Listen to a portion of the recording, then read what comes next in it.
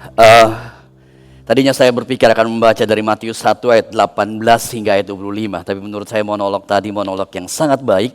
Dan mengcover seluruh apa yang tercatat dalam Matius 1 ayat 18 sampai 25. Saudara, dan sebuah kisah yang akan kita renungkan bersama ketika kita ditempatkan dalam realitas daripada kisah Yusuf. Saudara, dan karena itu saya tidak membaca kembali Matius 1, 18, 25 tadi. Dan kita akan berdoa, kita akan minta anugerah Tuhan sebelum kita merenungi kebenaran firman Tuhan. Kita berdoa bersama-sama. Bapa dalam surga, kami sungguh bersyukur untuk di dalam kesempatan-kesempatan Advent ini, khususnya pada tahun ini, kami boleh berinteraksi dengan beberapa tokoh yang tercatat di dalam Natal yang pertama. Dan khususnya hari ini, kami akan berinteraksi dengan kisah Yusuf. Dan Tuhan, kami sungguh percaya kisah-kisah yang ada di dalam Alkitab menjadi sebuah representasi daripada kisah hidup yang juga tidak lepas daripada perjalanan hidup kami. Karena itu Tuhan, hamba sungguh berdoa melalui kisah Yusuf ini, Tuhan juga boleh menjamah setiap kami. Tuhan boleh melawat kami. Dan ketika kami juga berhadapan dengan beragam hal di tengah-tengah dunia ini, kami hanya mendengar apa yang Tuhan mau. Kami hanya melakukan apa yang Tuhan mau. Oh Tuhan, kami sungguh berdoa, kami sungguh memohon, berkatilah setiap kami ya Tuhan. Dengar doa kami dan berbicaralah kepada kami. Hanya dalam nama Tuhan Yesus kami berdoa. Amin. Saudara, ketika merenungi kisah berkaitan Yusuf, saudara, saya ingin menempatkan kisah Yusuf dalam sebuah realitas yang menurut saya menjadi sebuah realitas yang hidup kita sebagai manusia adalah realitas yang tidak terhindarkan, yaitu berbicara mengenai realitas pilihan. Realitas pilihan. Saudara, suka tidak suka dalam hidup kita selalu berhadapan dengan yang namanya pilihan. Pilihan adalah sesuatu yang tidak terhindarkan. Pilihan adalah sesuatu yang menjadi bagian integral dalam hidup kita. Setiap hari. Saudara, kita akan memilih. Saudara, memang kadang-kala ada anak-anak yang iseng, ya, kadang-kala berkata, "Musuh, enggak kok, saya enggak mau memilih." Saudara, saya enggak mau memilih. Saudara, tetapi kerap kali berhadapan dengan anak-anak seperti itu, saya selalu katakan, ingat, kamu jangan berpikir kamu tidak memilih. Karena ketika kamu tidak memilih, sesungguhnya kamu sedang memilih. Cuman pilihanmu adalah tidak memilih. Jadi saudara, tidak ada istilah pilihan netral. Ketika saudara memilih A dan B, saudara berkata, enggak, saya tidak mau memilih. Ya, saya tidak memvote. Saudara, tidak memvote adalah sebuah vote. Sebuah vote untuk tidak memvote. Saudara, itu kenyataan yang tidak terhindarkan. Dan yang menjadi permasalahannya adalah sebenarnya bukan pilihan kita, entah A atau B atau tidak memilih sama sekali. Yang menjadi sebuah realitas yang sebenarnya ketika bicara mengenai pilihan adalah fakta bahwa pilihan itu berkaitan dengan realitas konsekuensi. Saudara, ada sebuah kutipan dari seorang tokoh yang anonimus, artinya ya tidak diketahui siapa yang mencetuskan statement tersebut. Yang mengeluarkan statement yang menurut saya sangat baik sekali. Dikatakan, you are free to choose, but you are not free from the consequence of your choice. Engkau dan saya bebas untuk memilih, tetapi yang harus kita ingat adalah setiap pilihan itu ada konsekuensinya. Saudara, dan karena pilihan itu ada konsekuensi, disitulah membuat saudara dan saya harus berpikir ulang. Apa yang kemudian kita pilih? Saudara, dalam pelayanan saya berjumpa dengan begitu banyak jemaat dari usia muda hingga usia tua. Dan saudara, kadang-kala ada momen-momen yang jujur ketika mereka datang kepada saya, mereka sharing, dan saya itu cenderung speechless begitu loh. Kenapa speechless? Karena mereka berhadapan dengan pilihan yang sudah diambil dan realitas konsekuensi yang sangat-sangat serius. Ada seorang muda yang pernah datang ketemu saya, berkata tiba-tiba seperti ini, Pak Tommy, mati dah gua. Kenapa dia berkata seperti itu? Mati dah begitu. Tiba-tiba seorang anak muda, seorang yang belum married pada waktu itu, seorang yang diberkati dengan keluarga yang financial yang oke, sehingga kerap kali dia traveling ke negara sana, traveling ke negara sini, dan saya cukup kenal dengan baik. Satu ketika dia datang seperti itu, Pak Tommy mati dah gua, mati dah begitu. Saudara, karena statement selanjutnya dia berkata begini, Pak Tommy, saya terdeteksi HIV AIDS. Dia terkena AIDS. Saudara, dan saya ketika dengar statement itu, saya juga speechless.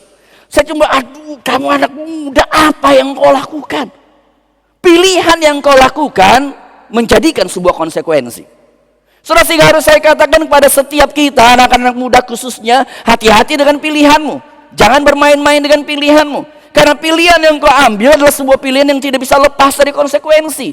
Jangan bermain-main dengan pilihanmu. Jangan bermain-main ikutan teman-temanmu. Jangan bermain-main karena ya sudahlah, masa muda sekali, nikmati aja apapun juga itu. Ingat baik-baik, ada konsekuensi. Dan once konsekuensi itu terjadi, itu unavoidable, nggak bisa terhindarkan lagi. Ya sudah, itu menjadi paket yang internal, paket yang menyatu dengan realitas pilihan tersebut. Saudara, tidak hanya anak muda, ada seorang bapak yang satu ketika datang pada saya dan kemudian berkata, aduh Musa, habis dah keluarga saya, habis dah hidup saya, habis dah masa depan saya. Saudara, padahal saya tahu sang bapak ini punya keluarga yang oke sebenarnya. Dia punya hidup yang pekerjaan yang oke. Dia punya karir yang oke. Tetapi karena salah mengambil keputusan, istri anaknya meninggalkan dia. Dan bukan saja istri anaknya meninggalkan dia, sang anak itu mengalami luka batin yang luar biasa pahit. Luar biasa pahit. Karena keputusan yang diambil sang ayah tersebut. Pilihan sembarangan, hanya dorongan kesenangan dunia, kesenangan pribadi. Itu menjadi begitu fatal. Keluarga yang baik hancur.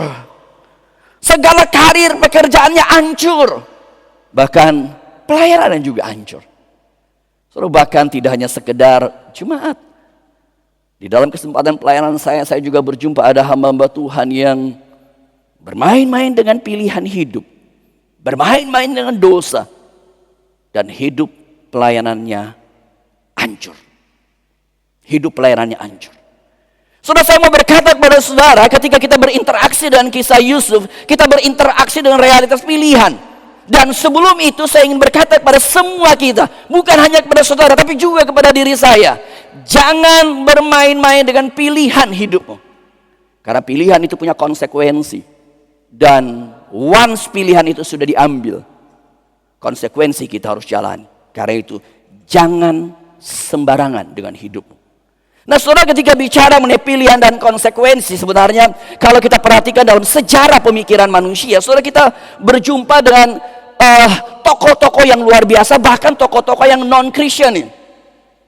Saudara, dan kadang-kala saya kalau melihat tokoh-tokoh tersebut, mempelajari mereka, saya cuma pikir, aduh Tuhan, orang non-Kristen aja punya pemahaman begini. Ya karena ingat, all truth is God's truth. Segala kebenaran adalah kebenaran Allah. Meskipun mereka tidak Kristen, tapi ada pemahaman-pemahaman sebagai image of God, sebagai gambar dan rupa Allah, mereka bisa memahami realitas hidup tersebut. Nah saudara, berkaitan dengan pilihan dan konsekuensi, ada seorang tokoh filsuf yang sangat terkenal sekali berkaitan dengan virtue ethic. Ya, dia terkenal dengan etika yang berkaitan dengan virtue, berkaitan dengan kebajikan, kebijaksanaan. Seorang filsuf yang bernama Aristoteles, saudara, dia memiliki sebuah konsep, sebuah teori yang namanya prohairesis. Ini istilah yang ada di dalam konsep berpikir dia. Saudara, dan sederhananya prohairesis itu definisinya adalah seperti begini. Ini adalah sebuah tindakan moral yang lahir dari pilihan yang sadar, yang mempertimbangkan tujuan dan akhir, tujuan dan cara untuk mencapainya. Saudara, dari definisi daripada prohairesis ini, sekali lagi ini adalah Aristoteles, dia zaman sebelum Kristus, ya zaman sebelum Kristus. Kalau kita perhatikan konsep dia aja, ini value-nya, nilainya itu begitu luar biasa, berkaitan dengan choice, berkaitan dengan pilihan dan konsekuensi. Saya ingin garis bawahi, explore konsep daripada Aristoteles ini. Yang pertama adalah Aristoteles bicara mengenai setiap choice yang dilakukan itu adalah sebuah tindakan moral. Artinya choice itu punya nilai. Choice itu tidak boleh sembarangan. Ada nilai moralnya. Karena ada nilai moral berarti ada good or evil. Ada baik atau jahat. Sehingga dengan statement ini Aristoteles mau berkata, kamu sebagai manusia, kamu harus memilih sesuatu yang good. Kamu harus bermoral. Kamu harus behave dalam seluruh sepak terjangmu. Saudara, dalam tutur kata kita, dalam tingkah laku kita, dalam manner kita harus behave. Kita harus memperhatikan dengan baik. Betulkah punya tata krama, norma, moral yang baik? Kalau enggak, bagaimana mungkin kita bisa menyebut diri sebagai seorang manusia? Seorang manusia. Nah saudara, Aristoteles berkata choice yang kita ambil adalah choice yang punya value, punya nilai moral. Dan statement selanjutnya, nilai moral itu dia berkata lahir dari sebuah pilihan yang sadar. Berarti ini bukan sekedar sebuah dorongan impulsif dari keinginan kita, dorongan kesenangan kita. Saudara, menurut saya di sini trikinya, karena hidup manusia itu kan, kita tuh kan juga punya drive masing-masing, ya. Kita punya dorongan berkaitan dengan sexual drive misalnya, kita punya dorongan berkaitan dengan dorongan untuk di-accept, dihargai, pride kita misalnya. Atau kita punya dorongan berkaitan dengan hal-hal bersifat material misalnya. Kita punya drive begitu. Nah tetapi Aristoteles berkata, oke, kamu punya drive, tapi wait a minute, sebentar dulu. Hidupmu bukan hanya hidup yang digerakkan oleh insting. Hidupmu bukan hanya hidup yang digerakkan oleh insting yang impulsif, dorongan yang impulsif tadi. Saudara-saudara perhatikan di sini. Ini hikmat yang luar biasa, bukan? Berapa banyak hidup kita, bahkan kita yang menyebut diri Kristen, yang kita lakukan itu hanya impulsif sebenarnya. Hanya dorongan memuaskan daging kita, memuaskan keinginan kita. Nah Aristoteles berkata, apa yang kamu lakukan ini adalah sebuah pilihan yang sadar. Pilihan yang kamu udah pikirkan matang-matang. Bukan hanya pemuasan nafsu, bukan hanya pemuasan keinginanmu. Saudara, dan baik tokoh tadi yang saya katakan, seorang anak muda dan seorang bapak, kenapa berantakan hidupnya? Jawabannya sederhana, karena hidupnya hanya didorong oleh dorongan yang impulsif tadi, keinginan-keinginan daging yang coba dipuaskan tadi. Saudara, memang keinginan daging semua kita punya, tapi sebagai manusia, apalagi sebagai orang percaya, maka kita harus kontrol. Kita tidak bisa hidup tuh hanya memuaskan dorongan itu. Dorongan ada, dorongan tidak terhindarkan, tapi kita harus kontrol. Kalau nggak kontrol, bagaimana mungkin kita bisa menyebut diri sebagai manusia menurut Aristoteles? Apalagi kita sebagai orang percaya. Kita sebagai orang percaya. Saudara, karena itu saya hendak berkata pada seluruh kita, hati-hati dengan dorongan-dorongan yang ada dalam hidupmu. Hati-hati. Hati-hati dengan dorongan itu. Jangan hidup itu hanya memuaskan dorongan tersebut. Saudara, dan karena itulah statement selanjutnya Aristoteles berkata perlu ada sebuah pertimbangan yang sifatnya adalah rasional. Karena manusia adalah diberikan kemampuan berpikir, kemampuan analisa mengenai tujuan, mengenai cara mencapai. Kita harus berpikir secara rasional. Saudara, sampai di sini ya menurut saya ya, kita berjumpa dengan konsep Aristoteles saja. Kalau manusia melakukan apa yang disampaikan Aristoteles, maka kita punya dunia yang cukup baik. Saudara, dan dalam konteks itulah kadang-kala kita berjumpa ada orang yang berkata begini, aduh Musa, menikah sama orang Kristen sama aja kok. Menikah dengan yang non-Kristen dia juga bisa lebih baik. Kenapa bisa lebih baik? Jawabannya karena ini, value, nilai daripada dunia seperti Aristoteles ada dalam diri mereka. Ada dalam diri mereka. Saudara, tapi apakah itu cukup? Jawabannya tentu saja tidak. Saudara, dan berkaitan dengan kisah Yusuf, kalau kita melihat interaksi dengan pilihan yang harus diambil, peristiwa yang terjadi ketika Yusuf berhadapan dengan fakta bahwa Maria tunangannya itu, atau lebih tepat disebut dalam culture daripada orang Israel, ini adalah istrinya. Mereka belum secara fisikal hidup suami istri, tapi di dalam culture waktu itu, ketika tunangan terjadi, maka tunangan itu punya nilai yang sangat tinggi yang dianggap, yang disebut sebagai suami istri. Sudah punya ikatan yang begitu kuat. Dan kemudian Yusuf berhadapan dengan fakta bahwa Maria istrinya itu hamil. Alkitab jelas sekali ngomong seperti begitu. Maria istrinya hamil. Nah saudara, kali ini Yusuf berada pada kategori dia yang dalam tanda petik sebagai victim. Ya, dia dalam kategori sebagai victim. Ya. Karena Maria yang menurut pemahaman Yusuf saat itu, dia entah berzina, entah dengan pria yang lain, dan Maria kemudian hamil. Itu logika berpikir yang make sense. Tetapi yang menarik di sini kita berhadapan dengan pilihan Yusuf. Nah, saudara, bicara mengenai pilihan etis Yusuf, maka kita mendapati pada waktu itu Alkitab mencatat Yusuf berpikir untuk menceraikan terang-terangan. Menceraikan Maria. Saudara, kalau kita coba melihat keputusan daripada Yusuf ini, pilihan Yusuf ini. Pilihan Yusuf ini benar atau enggak menurut saudara? Kalau dia menceraikan terang-terangan, benar atau enggak pilihan Yusuf?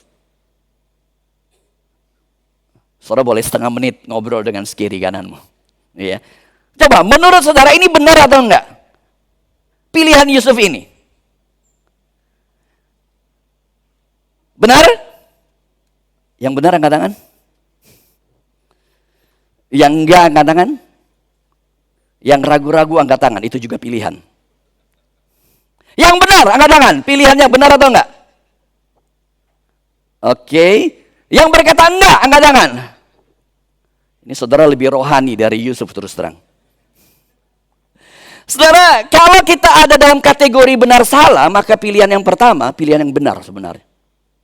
Karena apa? Aturan hukum Taurat mengatur seperti itu. Ulangan 24, 22 mengatur hal seperti itu.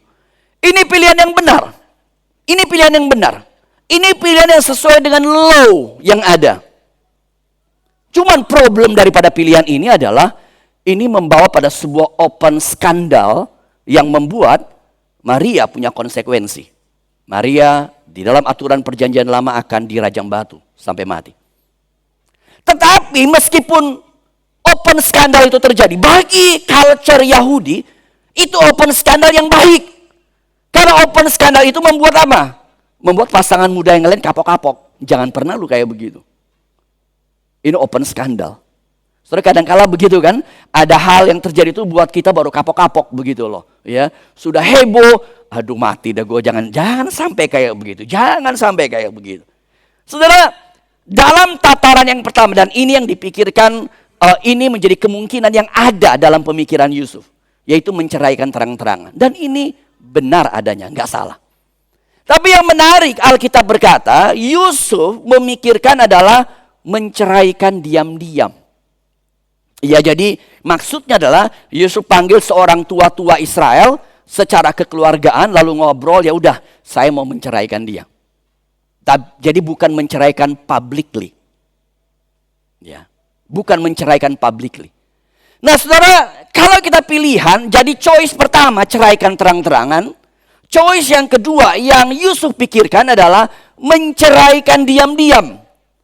Saudara, Yusuf sudah memilih sebuah pilihan yang kalau dalam tataran Aristoteles tadi, nilai moral terang-terangan itu udah oke. Itu no issue. Tapi Alkitab mencatat Yusuf itu adalah seseorang yang tulus hatinya dan dia tidak mau menceraikan Maria. Jadi saudara, pilihan ini bukan hanya benar dan salah lagi. Bukan hanya value moral tadi. Tapi Yusuf ada pada satu level yang lebih dalam lagi, di mana Yusuf mulai memikirkan, pilihan ini punya konsekuensi, dan ini bukan hanya saya, meskipun saya victim, saya korbannya. Tapi Yusuf mulai berpikir, apakah keberadaanku, pilihanku menjadi blessing bagi orang lain? Saudara, jadi kalau saudara perhatikan di sini, ini bukan masalah benar salah lagi, tapi ada sebuah good attitude, sebuah hati yang lurus, hati yang penuh kasih, hati yang benar untuk tetap mengasihi Maria, memikirkan Maria. Saudara, sampai pada pilihan ini. Dan ini adalah pilihan yang diambil Yusuf. Dan Alkitab mencatat karena Yusuf tulus hati, dia tidak mau mencemarkan Maria. Saudara, sampai pada pilihan ini menurut saya kita berada pada sebuah dinamika pilihan yang jauh lebih menarik. Karena apa? Di dalam hidup yang kita jalani adalah sebuah pilihan yang kemudian kita dapati. Kita berada pada dinamika sebenarnya. Kita kerap kali seperti Yusuf yang adalah victim. Kita korban, kita sakit hati. Dan cukup banyak bukan? Hidup kita tuh di-drive oleh sakit hati. Udahlah, punya suami kayak begini ngapain? Udahlah, punya istri kayak begini. Ya, gak benar, gak apa-apa lah. Dapat istri kayak begini ngapain? Punya mertua kayak begini, punya mantu kayak begini. Punya pacar begini, punya rekan kerja kayak begini. Saudara, kita berada pada sebuah dinamika yang zaman sekarang apalagi kita mengenal istilah toxic relationship. Sebuah relationship yang buat kita capek banget. Wah, kita tired banget begitu loh jadinya. Saudara, memang istilah toxic relationship kita perlu lihat dalam beragam kategori yang panjang. Tapi anggaplah kategori ini kategori yang toxic banget. Toxic banget. Pertanyaan saya, di dalam toxic banget itu, apa yang kita lakukan? Menarik sekali, Yusuf dalam area ini, tentu saja dia tidak toxic relationship. Ya. Tapi dinamika pilihan Yusuf adalah pilihan yang menarik menurut saya. Karena Yusuf itu, dia menceraikan. Jadi dia tetap cut relationship tersebut sebagai konsekuensi. Ya. Sebagai konsekuensi daripada apa yang terjadi dengan Maria. Tapi yang terjadi di sini, dia tidak hanya cut, tapi dia juga tetap memiliki sebuah hati yang tulus. Tidak mau mencemarkannya. Saudara, di sini menurut saya ya, kita berhadapan dengan realitas kita tidak menjadi victim. Kita tidak menjadi korban. Kita tidak hanya hidup itu penuh dengan luka batin. Ya, penuh dengan kebencian. Penuh dengan kemarahan. Penuh dengan sakit hati. Penuh dengan dendam mau membalas. Kita tidak hanya dikungkung oleh itu. Meskipun kalau dikungkung oleh hal itu. Karena orang yang gak benar secara theoretically, by law, normal aja. Lu punya suami kayak gini, buang aja begitu ngapain. Lu punya istri kayak gini, selingkuh aja. Cari cewek lain aja, pusing benar. Lu kalau punya rekan kerja kayak gini ngapain? Udah tilep aja duitnya, sikat aja begitu loh jadinya. Saudara, kita punya reason yang baik dan kita bisa lakukan. Tapi menarik, Yusuf, dia menceraikan, betul? Tetapi dia lakukan diam-diam. Dia tidak mau mencemarkan istrinya. Saudara, di sini menurut saya fakta victim and revenge menjadi fakta yang hati-hati. Karena menurut saya banyak di antara kita mungkin kita tuh korban. Sakit hati ada. Dan sebagai hamba Tuhan saya mau berkata, jangan sampai hidupmu hanya ada dalam kategori itu dan revenge saudara lakukan. That's not our choice. That's not a Christian choice to choose. No. Bukan itu. Bukan itu. Bukan itu. Saudara, dan saya rasa istilah yang penting di sini adalah kita harus move on. Harus move on. Ketika saya di Grandville berapa tahun lampau ada satu seri, saya nggak tahu ada di YouTube nggak ya, ada satu seri khotbah berkaitan move on. Beberapa khotbah saya khotbahkan berkaitan seri move on, ya. Dan itu khotbah yang juga memberkati banyak jemaat di dalam luka-luka yang harus kemudian kita lewati. Saudara, kita harus move on. Kita harus move on. Karena kita tidak boleh dikungkung oleh masalah. Tapi kita harus melewati masalah itu. Saudara, tetapi kisah daripada Alkitab adalah kisah yang bahkan lebih daripada itu. Karena ini kita bicara mengenai pilihan etis, pilihan rasional daripada Yusuf. Ternyata dalam Matius 1:18-25, kisah itu menjadi sebuah kisah yang Alkitab mencatat bukan hanya pilihan etis Yusuf, tapi ada pilihan dan intervensi Allah. Dan di sini yang mengagetkan. Allah berkata, ambil Maria menjadi istrimu. Betul, dia hamil bukan karena engkau. tapi ambil Maria istrimu. Saudara, dan Yusuf memang mendapat penegasan daripada malaikat. Ketika dia tidur malam, malaikat menampakkan diri, dan malaikat menampakkan diri dengan kemudian menyatakan firman daripada perjanjian lama. Bahwa ini sudah dinubuatkan, engkau harus jalani. Saudara, dan Alkitab mencatat sesudah itu Yusuf bangun dari tidur dan dia melakukannya. Itu yang Yusuf lakukan. Dia bangun dari tidur, dia melakukan apa yang Tuhan mau. Saudara, cuman kalau saya berhenti di sini, kita mungkin berkata, kok Musa kayaknya simple benar ya. Ya. Atau mungkin ada di antara saudara berkata, ya Musa, kenapa Yusuf bangun dari tidur, ya langsung melakukan. Kalau saya bangun dari tempat duduk, ya saya pikir-pikir dulu begitu loh. Ya. Ini enak benar begitu loh. Ya. Saudara mungkin berkata, ya Musa itu karena Yusuf kan penampakan malaikat. Saya nggak ada penampakan malaikat. Jadi nggak clear. Saudara, saya harus katakan betul penampakan malaikat tidak ada. Tapi hari ini ada penampakan Tommy Elim. Serius.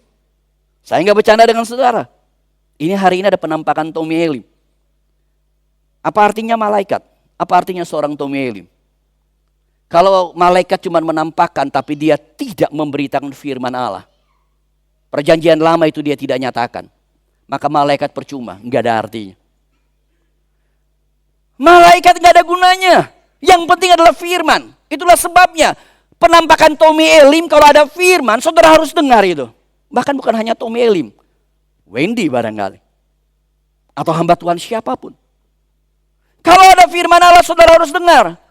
Saudara tidak boleh berkata, Tuhan ini kalau contoh Wendy kan masih sekia begitu loh jadinya. Kalau Musa Tommy oke lah begitu jadi. Saudara, ini bukan isu sekia atau udah lebih senior. Enggak. Tapi kalau yang senior dia tidak beritakan firman Allah, enggak usah dengar. Yang penting firman Allahnya. Bukan siapanya. Itulah sebabnya saya berkata hari ini ada penampakan Tommy Elim. Dan saudara jangan senyum berpikir ini kan cuma Musa Tommy yang ngomong. No, ini firman Allah.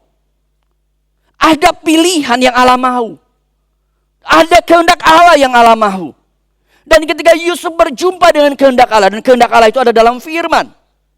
Karena itu setiap kali saudara ke gereja, setiap kali saudara membaca Alkitab, dan ada firman Allah di situ, udah tinggalin tempat dudukmu, bangun dari tidurmu dan lakukan begitu. Jangan mulai berpikir, iya tapi kan hidup tidak sesederhana begitu. Ya tapi, enggak ada istilah tapi. Ini yang Tuhan mau. Saudara, dan interaksi dengan Yusuf itu yang menurut saya Tuhan inginkan. Ketika bicara mengenai challenging love, setiap perintah Allah adalah perintah yang challenging. Saudara, itulah sebabnya kadangkala orang berkata, apakah ini sesuatu yang possible? Saudara, dan saudara ketika membaca Alkitab ya, saya itu mendapati ya, membaca Alkitab ya, saya lagi mengulang lagi membaca perjanjian lama. Saudara membaca Alkitab ya, di perjanjian lama saya tuh lihat ya, Tuhan minta ini ya, bangsa Israel susah. Memang susah sih begitu, tapi yang menariknya adalah kerap kali, sangat sering banget begitu loh. Bahkan mungkin saya katakan bisa selalu ya, meskipun harus dicek lagi, tapi prinsipnya pasti selalu. Tuhan itu tidak sekedar minta kita yang sulit, tapi ada satu kekuatan yang Tuhan kasih. Tuhan tidak pernah biarkan kita berjalan sendiri. Termasuk kalau kisah Yusuf ini. Kalau saudara melihat Matius 1, 18-25, rasanya sulit betul. Tetapi kisah ini menjadi menarik oleh karena apa? Kisah mengenai Immanuel itu diberitakan dalam perikop ini. Jadi challenging love, tema kita hari ini. Kasih yang begitu menantang, sulit untuk dilakukan. Bahkan kita jadi victim. Possible dilakukan. Kenapa? Karena Allah berkata, nama anak itu akan disebut sebagai Immanuel. Allah beserta engkau dan saya. Allah menyertai kita itu sebagai kekuatan. Engkau dan saya tidak berjalan sendiri. Sulit betul. Tapi kita tidak sekedar hidup sebagai korban mentality, victim mentality. No. Tapi saudara dan saya melangkah dengan iman. Dan kita percaya Allah bersama dengan kita. Immanuel muncul di situ. Immanuel muncul di situ. Saudara, dan sebenarnya ketika pertama kali saya mendapati tema ini beberapa waktu yang lalu, otak saya itu langsung tiba-tiba pop up muncul. Ada satu buku yang langsung pop up muncul. Ya, saudara, sebenarnya buku ini saya belum baca selesai. Ya, tapi buku ini saya itu tertarik karena judul bukunya lebih dahulu. Ya, saudara, buku ini berjudul Love is a Verb. Ya, saudara, dan by the way ini buku ringan sebenarnya. Dan memang ini buku santai untuk dibaca. Nanti saya jelasin kenapa santai. Tapi by the way, kenapa saya keingat buku ini? Karena ketika bicara mengenai kasih, saya itu selalu menyadari kasih itu adalah verb. Kata love is a verb. Love bukan noun. Apa artinya noun? Noun artinya kita mendefinisikan. Definisi. Noun berkaitan dengan definisi. Tapi kalau verb itu berkaitan dengan sebuah action, sebuah tindakan. So itulah sebabnya Gary Chapman dalam introduction-nya dia berkata begini, bicara mengenai love, it begins with you. Itu mulai dengan engkau. Ini bukan sesuatu yang berkaitan dengan what you say or what you feel, apa yang kita diskusikan katakan, apa yang kita rasakan. Tapi ini bicara mengenai sebuah action. Ini bicara mengenai sebuah choice to make. Dan love is a verb. Saudara, dan buku ini tadi saya katakan buku ringan sebenarnya. Karena pada dasarnya pasal-pasal atau bab-bab buku ini hanya mencatat kisah daripada orang-orang, entah klien daripada Gary Chapman atau jemaatnya begitu, karena dia juga seorang pastor. Jadi setiap bab itu cerita daripada si Andy lah, si William lah, si Susi lah, si siapa lah, mengenai journey hidup mereka. Susahnya melakukan love tersebut, karena love is a verb. Tetapi lebih daripada itu, ketika mereka melangkah untuk mengasihi yang susah itu, Allah mulai buka jalan. Mujizat itu terjadi. Keluarga mereka mulai mengalami pemulihan. Saudara, dan itulah pilihan yang harus kita ambil. Itulah pilihan yang harus kita ambil. Saudara dan saya ketika berinteraksi dengan kisah Yusuf, yang harus menjadi pertanyaannya adalah, saudara, apakah pilihan kita adalah pilihan sesuai dengan apa yang Tuhan mau? Apa yang Tuhan mau? Ini bukan hanya pilihan baik dan salah. Ini bukan hanya pilihan tidak menghancurkan orang lain, tidak mencemarkan Maria. Tapi lebih daripada itu, apa yang Tuhan mau. Sulit, iya, sulit banget saya tahu. Apalagi saudara berada dalam toxic relationship, sulit banget. Tapi sebagai hamba Tuhan, saya cuma mau berkata, percayakah engkau ada Allah Immanuel. Ada Allah Immanuel. Dan Allah Immanuel ini adalah Allah yang meminta kita untuk melangkah-langkah yang pertama. Melangkah-langkah yang pertama. Karena love is a verb. Dan saya itu percaya. Saya sangat percaya. Ketika saudara melangkah dengan anugerah Tuhan, saya percaya Allah tidak tinggal diam. Allah tidak tinggal diam. Memang berat, memang sulit. Tapi percaya, Allah tidak tinggal diam. God is working. Allah sedang bekerja. Allah bekerja dalam hidupmu, dalam suamimu, dalam istrimu, dalam relasimu. God is working. Allah bekerja. Karena itu mari di dalam masa Advent ini, terlebih ketika kita melihat pada Kristus yang mati bagi kita, kita belajar untuk melangkah. Tuhan, kalau engkau saja mati di kayu salib untuk menyatakan kasih-Mu, aku belum sampai di salib. Dan aku mau melangkah. Dan aku mau melangkah. Saudara, mari kita ambil waktu sejenak kita mencoba berinteraksi dengan firman. 1-2 menit ke depan sebelum saya berdoa, saudara, saya mengajak setiap kita, mari kita ambil waktu berdoa secara pribadi. Saya tidak tahu beban apa yang kau hadapi. Tetapi maukah saudara bawa kepada Tuhan? Hidupmu jangan hanya menjadi victim, hanya penuh dengan revenge, dengan kebencian, dengan keinginan membalas dendam, keinginan menghancurkan. Tetapi biarlah kasih Allah saja yang ada dalam hidupmu. Saya ingin ambil waktu setiap kita beberapa menit ke depan. Setiap kita tidak menengok ke kiri kanan, kita hanya berdoa. Berdoa bagi orang-orang yang ada di sekelilingmu. Mungkin dalam toxic relationship yang ada. Engkau hari ini diminta Tuhan berdoa untuk orang tersebut. Berdoa untuk orang yang menyakitimu. Berdoa untuk orang yang sulit itu. Dan saudara, saya ingin berdoa bagi setiap saudara. Karena itu ambil waktu. Kita tenang 1-2 menit ke depan. Sebelum kita akan berdoa bersama-sama.